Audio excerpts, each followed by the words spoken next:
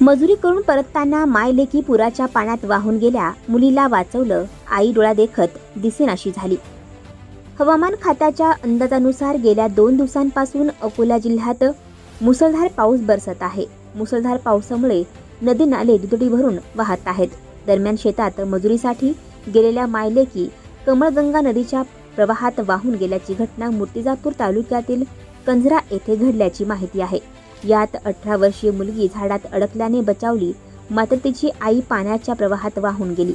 आईला शोधण्याचे कार्य युद्धपातळीवर सुरू आहे, मात्र अद्याप त्यांचा कुठेही पत्ता लागला नाही। अकोला जिल्ह्यातील काही भागात जोरदार पावसाने हजेरी लावली। दरम्यान मूर्तिजापूर तालुक्यातील कंझरा येथील कमळगंगा नदीला अचानक पूर आला। यात शेतात मजुरी करून घरी परतणाऱ्या मायलेक वाहून गेल्याची घटना घडली। यात 43 वर्षीय रेखा रमेश मते ही महिला वाहून गेली आहे, तर वाहून जात असताना 18 वर्षीय मुलगी साक्षी रमेश मते ही झाडाला अडकल्याने तिला वाचवण्यात यश आले आहे।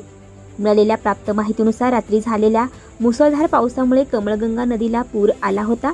दरम्यान कंझरा येथील रेखा रमेश मते व कुमारी साक्षी रमेश मते या दोघी मायलेकी दुपारी 1 ते 2 वाजताच्या सुमारास शेतातील मजुरी करून घरी परत जात असताना अचानक पाय घसरून कमळगंगा नदीपात्रात घसरल्याने त्या पात्रात वाहून गेल्या।